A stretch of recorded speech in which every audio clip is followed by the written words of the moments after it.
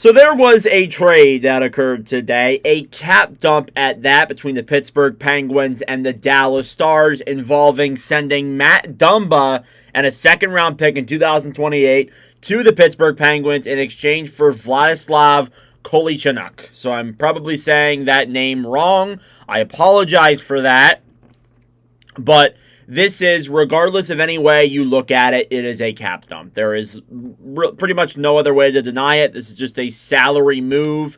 That's what this is. There's nothing really else to it. We're going to go through the players and the stats and all that, but regardless, that's what it's a watered-down answer to. So first off, we're going to start off here. I'm sorry, I'm on my cap wages app. We're going to start off with Matt Dumba, who was drafted in 2012 by the Wild, was a longtime Minnesota Wild. Has bounced around the league a little bit since then. Was in Tampa, Arizona, and obviously now he was in Dallas for this full last season. Had 10 points, was a -5. Didn't play at all in the playoffs, but when you have a player of Matt Dumba's caliber, which by the way, Dumba was getting paid $3.75 million, and you don't play a single game in the Stanley Cup playoffs, that is just not good enough. That is just like, it's money that is just sitting there that is not being used. And that money could have been used to help re-sign a guy like Mikael Granlund. Now, Granlund's not like worth like freaking $3 million. He got paid more than that. But even still, like, that having that money there and that comfort, especially for like a cup contending team, it's incredibly optimal. And as a result, like again, Dallas struggled and lost in the conference finals. Dumba was their 7th D. He's getting paid literally $3.75.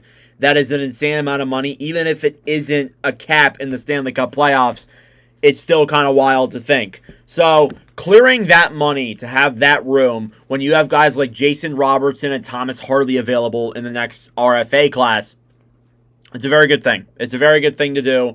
And again, Rantanen's contract's kicking in as well. It's good to have that money there as a cushion, so then that way they can trade for somebody at the trade deadline next year. That's a big thing with this. So getting Dumba out of there is great for Dallas. They have to give up a second-round pick as well. I mean, you're not too worried about that. It's like 3 years from now. It's not like they're a bad team anyways. They would have traded that pick regardless of where it happened to be. Again, I just think that really doesn't matter to me.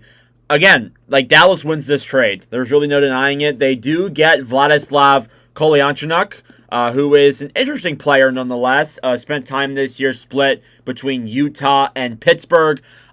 Just more or less, like, at best, a third pairing defenseman. He's like a 7th D overall. Again, like, you can tell by his stats, he more or less doesn't really play a ton. This is the first year where he played more than 30 games in a season. So again, it's just, he's not really that big of a role player. And I think, again, he's more or less just going to be a 7th defenseman. Now, I didn't look at his cap. I can go take a look at that real quick here, though. Let me pull up Dallas's depth chart.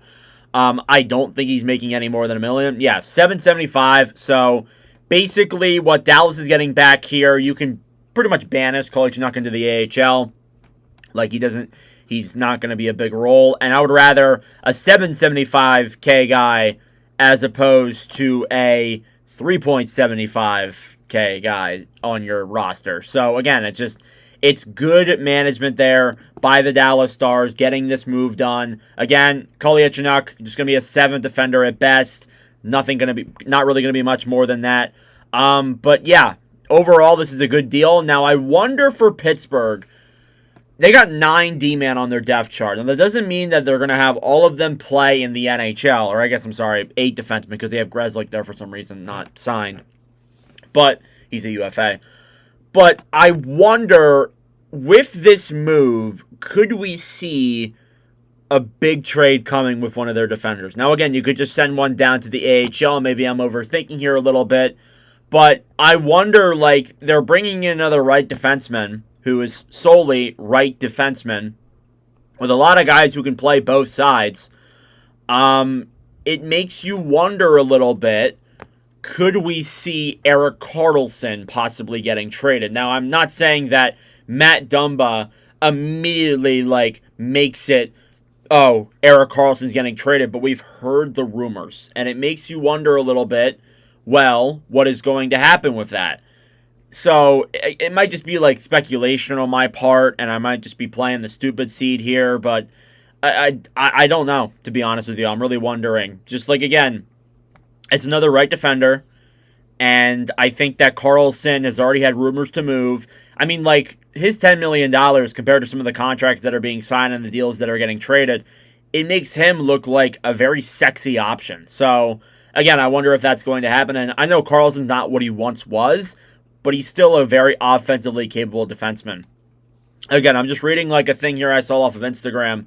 This would be the D-core without Erik Karlsson. First pairing, Ryan Graves, Chris Letang. Second pairing, Parker Wotherspoon, Matt Dumba. Third pairing, Ryan Shea and Owen Pickering / Connor Clifton. So again, like, there's not a lot of room for Karlsson on that right side. Like, again, you have Letang right there. You have Dumba thrown in right there.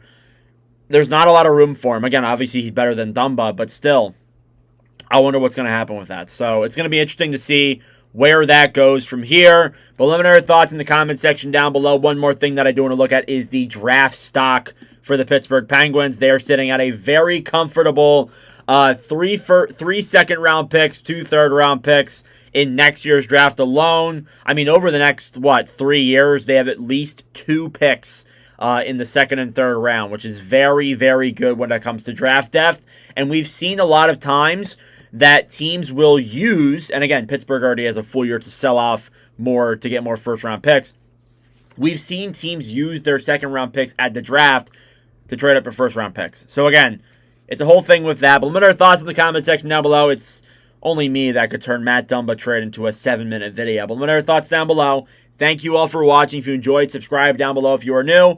But anyways, that is it for me. Thank you for watching, and I will see you guys in the next video.